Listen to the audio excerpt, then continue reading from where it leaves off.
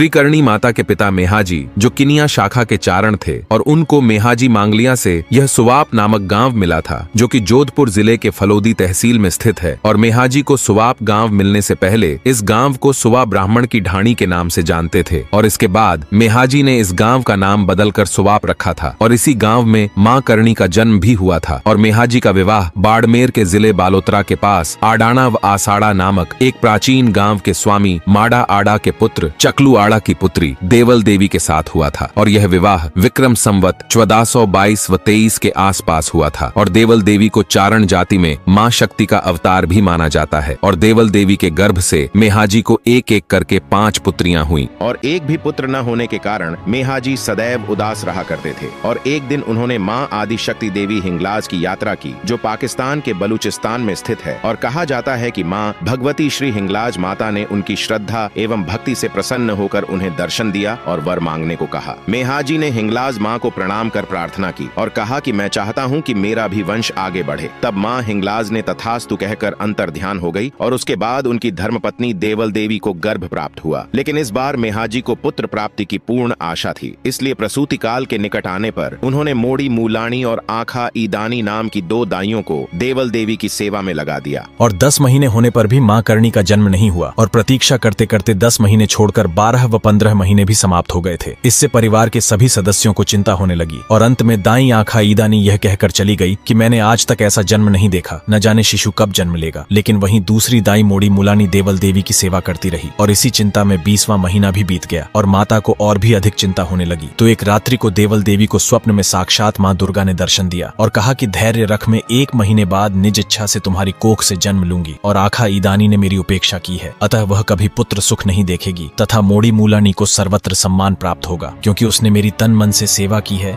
और आखिरकार विक्रम संवत 1444 को सुवाप गांव में आविन शुक्ल सप्तमी के दिन शुक्रवार को ब्रह्म मुहूर्त में देवल देवी के गर्भ से 21 महीने रहने के बाद लोक देवी श्रीकरणी जी ने जन्म लिया और उनकी मां देवल देवी कुछ समय के लिए मूर्छित हो जाती है और मूर्छित अवस्था में वे साक्षात मां दुर्गा को देखती है जो असीम रूपवती थी और होश में आते ही देवल देवी को आभास होता है कि उसे एक कन्या हुई है और वह कन्या को देखती है तो अपने पास में काली कलूटी चौड़े मुंह और स्थूल देह वाली पाती है। अतः देवल देवी स्वप्न की बात को भ्रम समझ लेती है और प्रसूति गृह में जब शिशु के रोने की आवाज मेहाजी के कानों में पड़ी और अपनी बहन से पूछा कि क्या हुआ, लड़का या लड़की, तो मेहाजी की बहन जो उन दिनों पीहराई हुई थी और उसने हाथ का डुचका देते हुए कहा कि फिर से एक और पत्थर जन्म गया, अर्थात लड़की हुई है। इतना कहना हुआ कि उसकी 5 उंगलियां ज्यों की त्यों ही जुड़ी हुई रह गई और वापस नहीं खुल सकी। और उस युग में लड़की के जन्म को अशुभ समझा जाता था और पुत्री के जन्म को अभिशाप मानने वालों के लिए रिधुबाईसा तथा करणी जी की यह प्रथम दंडात्मक सीख थी। और मेहाजी की बहन द्वारा जो मां करणी जी का उपहास किया गया उसका फल उसे तुरंत ही मिल गया। लेकिन उनकी बुआ मां करणी जी का यह चमत्कार नहीं समझ सकी और उंगलियों के जुड़ने का कारण बादी आना समझ लिया और जन्म के तीसरे दिन नामांकरण संस्कार हुआ और कन्या का नाम रिधुबाईसा रखा गया। और नामकरण के तुरंत बाद ही मेहाजी के घर में रिद्धि और सिद्धि बढ़ने लगी और रिधुबाई के जन्म से पूर्व पिता मेहाजी की सांपत्तिक दशा साधारण थी, परंतु माता के जन्म के बाद ही प्रतिदिन पिता की समृद्धि बढ़ने लगी। और विक्रम संवत 1449 व 50 और 1392 व 93 ईस्वी की बात है और उन दिनों श्री करणी जी की भुआ पीहर आई हुई थी और बुआ अन्य 6 बहनों की अपेक्षा में रिद्धुबाई से अधिक प्यार करती थी। और एक दिन भुआ रिद्धुबाई को स्नान करा रही थी, लेकिन एक हाथ से भुआ उनको ठीक से स्नान नहीं करा पा रही थी। तब रिद्धुबाई ने पूछा कि आप दोनों हाथों से क्यों नहीं स्नान करा रही। तब भुआ ने उनके जन्म के समय की सारी घटना सुनाई। तभी मां करणी ने उनका हाथ अपने हाथ में लेकर कहा कि आपका हाथ तो बिल्कुल ठीक है, क्यों बहाना बनाती हो। यह कहना हुआ कि भुआ का हाथ बिल्कुल ठीक हो गया और उनके हाथ की अंगुलियां फिर से खुल गईं और हाथ ठीक होते ही वह बहुत प्रसन्न हुई और अपने भाई व भाभी को इस चमत्कार की बात बताई। और बुआ ने कहा कि इस कन्या को साधारण न समझे और ये इस जग में कुछ करनी दिखलाने आई है। तब भुआ ने कन्या का नाम रिद्धुबाई से बदलकर करणी नाम रख दिया। जब वर्षा ऋतु में मेहाजी अपने खेत से घर लौट रहे थे तब अंधेरा हो जाने के कारण उनका पैर एक काले सांप के फन पर गिर गया और सांप ने मेहाजी को वहीं डस लिया। अत्यधिक विषैले सांप के काटने के कारण वह थोड़ी दूर चलने के बाद वहीं गिर पड़े और बहुत रात होने पर भी मेहाजी घर नहीं लौटे। तो उनके परिवार के सदस्यों तथा उनके नौकरों ने उनकी खोजबीन की तो मेहाजी उनको खेत के रास्ते में मृत पड़े मिले। तब उनको उठाकर घर लाया गया और रोशनी में देखने पर पता चला कि इनकी मृत्यु सांप के काटने से हुई है और सांप के काटने से मरे हुए व्यक्ति को तत्काल ही जलाया नहीं जाता। और परिवार का शोर शराबा देखकर 6 वर्षीय कन्या मां करणी जी की नींद खुल गई और तब माता करणी जी ने अपने पिता के समक्ष बैठकर सांप के डसने की जगह पर हाथ रखकर कहा कि उठिए पिताजी और अपने काम में लगिए। और इधर मां करणी जी के हाथ का स्पर्श करना हुआ और उधर मेहाजी के शरीर का विष पल भर में उतर गया और वह तत्काल उठ खड़े हुए। चारों ओर यह चर्चा फैल गई कि श्री करणी जी साक्षात मां आदिशक्ति व जगदम्बा का अवतार है। और सुवाब गांव मेहाजी किनिया को मिलने से पहले ये गांव सुवा ब्राह्मण की ढाणी कहलाता था और सुवा ब्राह्मण उस गांव का एक धनवान व भला व्यक्ति था और वह माता करणी का परम भक्त था और उसकी गिनती माता करणी के अनन्य भक्तों में आती है। और उसने कुल 3 विवाह किए, परंतु वृद्धावस्था तक उसे कोई भी संतान प्राप्त नहीं हुई तो वह बहुत दुखी रहने लगा। और वहीं उसकी पत्नियों उनकी सहेली महिलाओं ने ताना दिया कि अब तुम्हारा धन कितने दिन का है, क्योंकि तुम्हारे कोई संतान तो है नहीं, अतः तुम्हारा धन तो हमारे परिवार में ही आएगा। तब उन स्त्रियों ने माता करणी जी के सामने हाजिर होकर रोते हुए गुहार लगाई और सारा वृत्तांत कह सुनाया। तब माता करणी जी से उन स्त्रियों का दर्द देखा नहीं गया। तब उनको माता करणी जी ने पुत्र प्राप्ति का वरदान दिया और जिसके फल स्वरूप ठीक 10 महीने बाद सुवा ब्राह्मण के पुत्र हुआ और जिससे प्रसन्न होकर सुवा ब्राह्मण ने माता करणी जी की खूब सेवा की। और मेहाजी की पत्नी देवल देवी के गर्भ से 5 कन्या श्री मां करणी जी से पहले हो चुकी थी और मेहाजी किनिया की 6ठी संतान के रूप में श्री मां करणी जी का जन्म हुआ। और श्री करणी माता के जन्म के 4 वर्ष बाद अर्थात विक्रम संवत 1448 व 1391 ईस्वी को देवल देवी के गर्भ से एक और कन्या हुई। और इस तरह मेहाजी के कुल 7 लड़कियां हुई, जिनके नाम कुछ इस प्रकार हैं, जैसे कि लालबाई,